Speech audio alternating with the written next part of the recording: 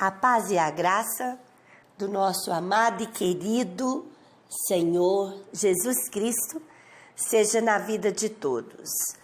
Hoje nós traremos uma síntese, um resumo, um entendimento do que nós vamos estudar a respeito do livro de Ruth. Uma história de amor, um romance lindo, com apenas 4 capítulos, mas que trará um grande, muito grande aprendizado para as nossas vidas.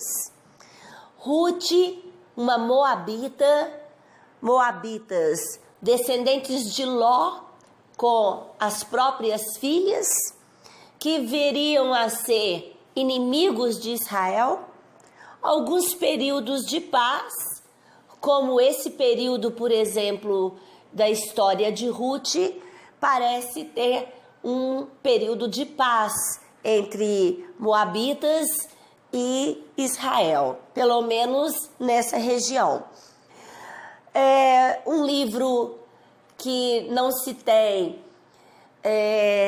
autor definido e que, por incrível que se pareça, acontece no período dos juízes, onde o povo não tinha rei e o povo fazia o que bem entendia.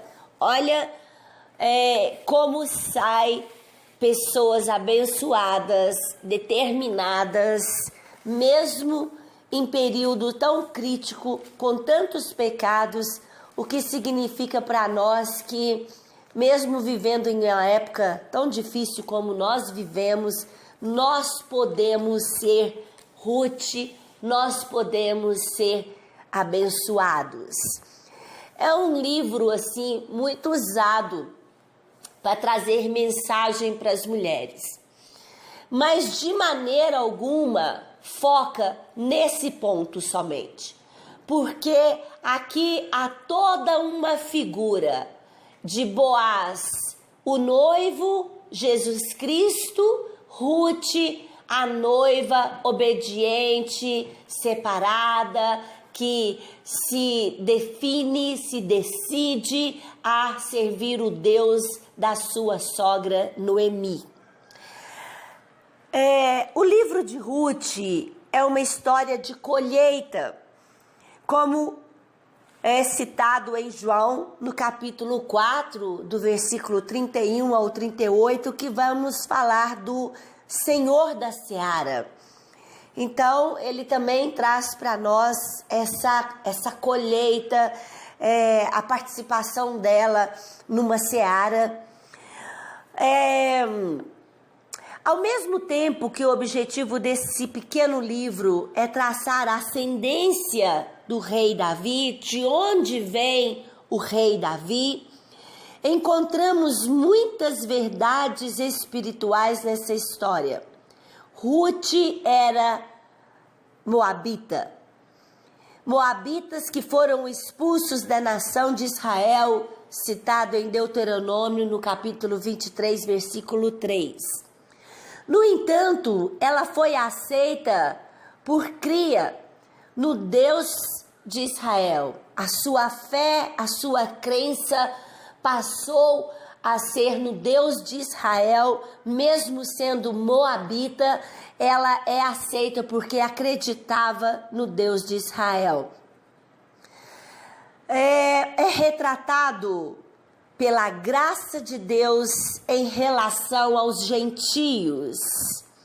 Vou ler um texto para nós a esse respeito que está em Efésios, no capítulo 2, a partir do verso 11, onde nós vamos ver a introdução dos não-judeus na graça de Deus, a introdução dos gentios, o evangelho, a graça de Deus alcançando a mim, que não sou judeu, alcançando a todos os que crerem e aceitarem Jesus independente de serem judeus ou não. E Efésios, no capítulo 2, a partir do verso 11, diz assim: lembre-se que vocês, os não-judeus, era chamado de incircuncidado pelos judeus, que chamam a si mesmo de circuncidados por praticar a circuncisão. Lembre de que vocês eram no passado. Naquele tempo, vocês estavam separados de Cristo, eram estrangeiros e não pertenciam ao povo escolhido de Deus. Olha o que Paulo vai dizendo aqui para nós, aos não-judeus. Não tinham parte nas suas alianças que eram baseadas nas promessas de Deus, promessas dadas a Abraão. E nesse mundo viviam sem esperança e sem Deus. Mas agora, unidos com Cristo Jesus, vocês que estavam longe de Deus, foram trazidos para perto dele, pela morte de Cristo na cruz. Pois foi Cristo quem nos trouxe a paz, tornando os judeus e os não-judeus um só povo.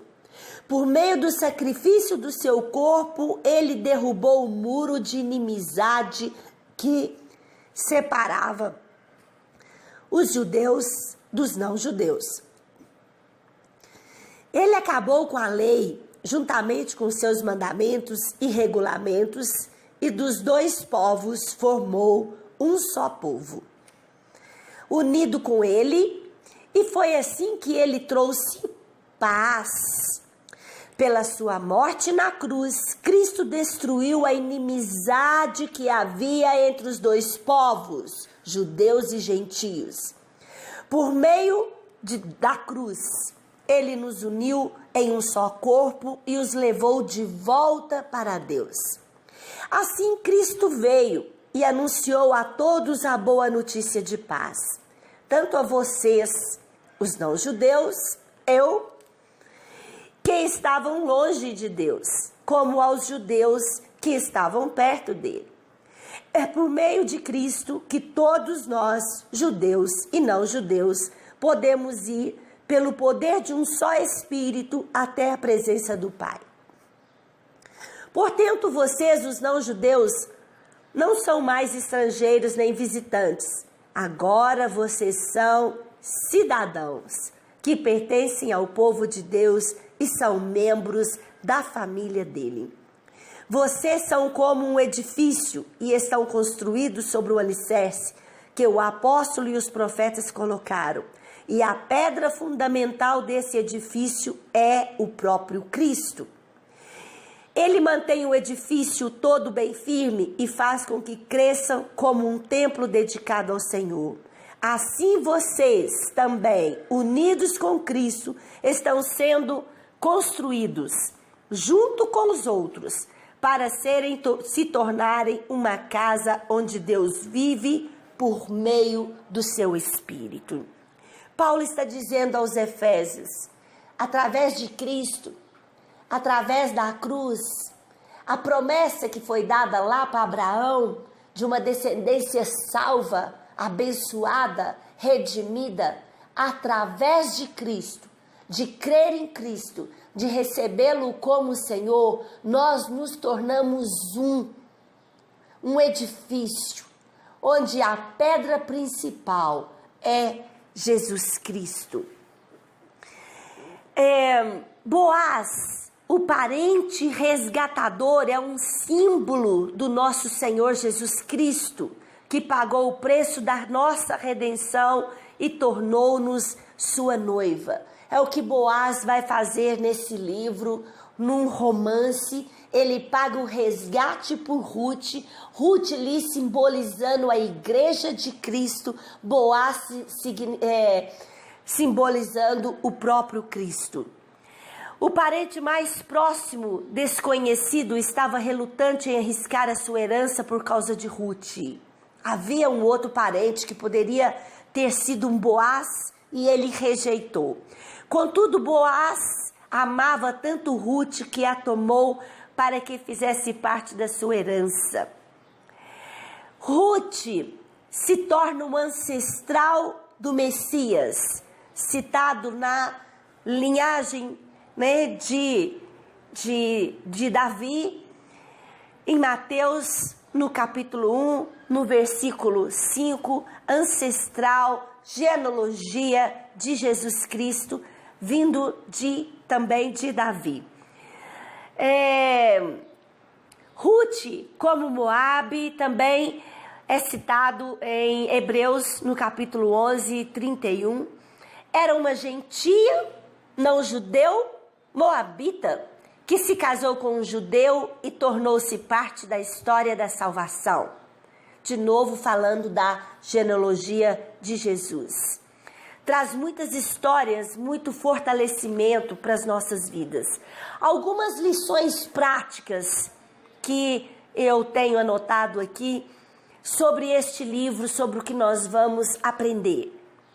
Podemos aprender muitas lições com este livro magnífico.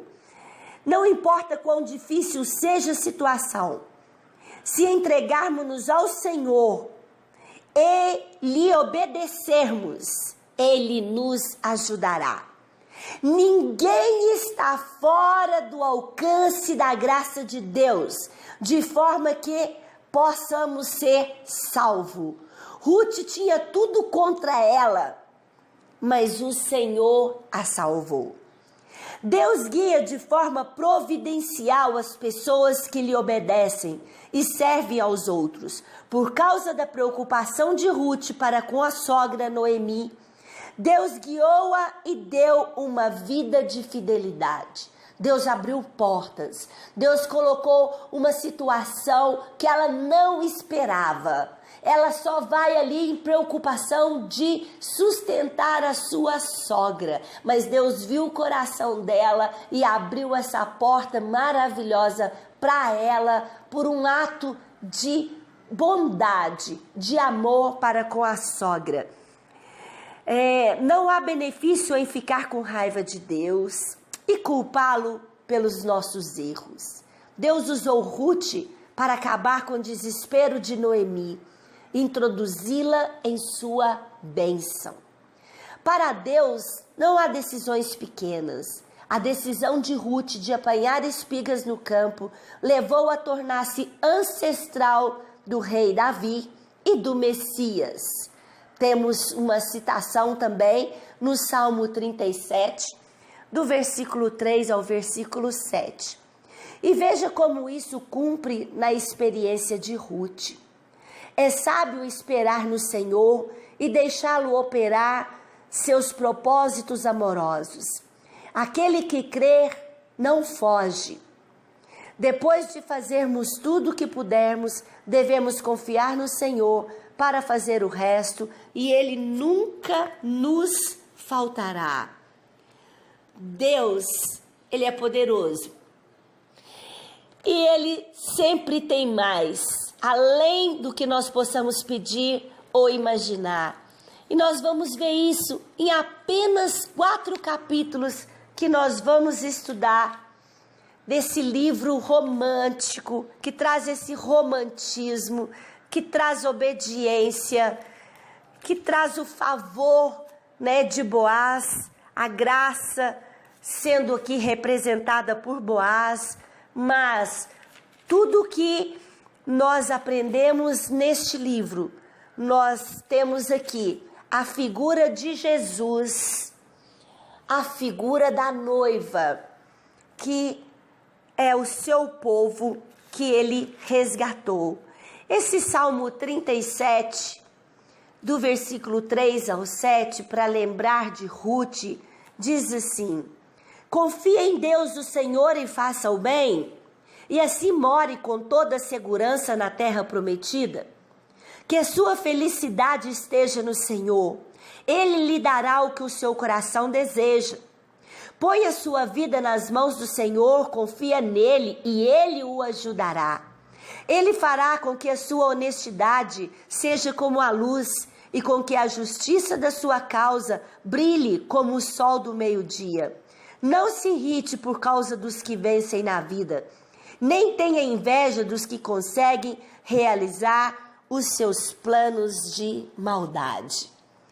Então fica aí para nós um resumo, uma síntese do que será para nós estudar esses 4 capítulos, o livro de Ruth, a figura de Jesus e da igreja, o que nós vamos aprender com Ruth, o que nós vamos aprender com Noemi, o que nós vamos aprender com o esposo de Noemi.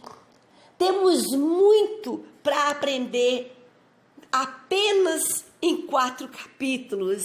Muito nós vamos aprender. Uma história rica, com muito a aprender e colocar em prática, né? Deus vai falar aos nossos corações através deste livro maravilhoso. Amém?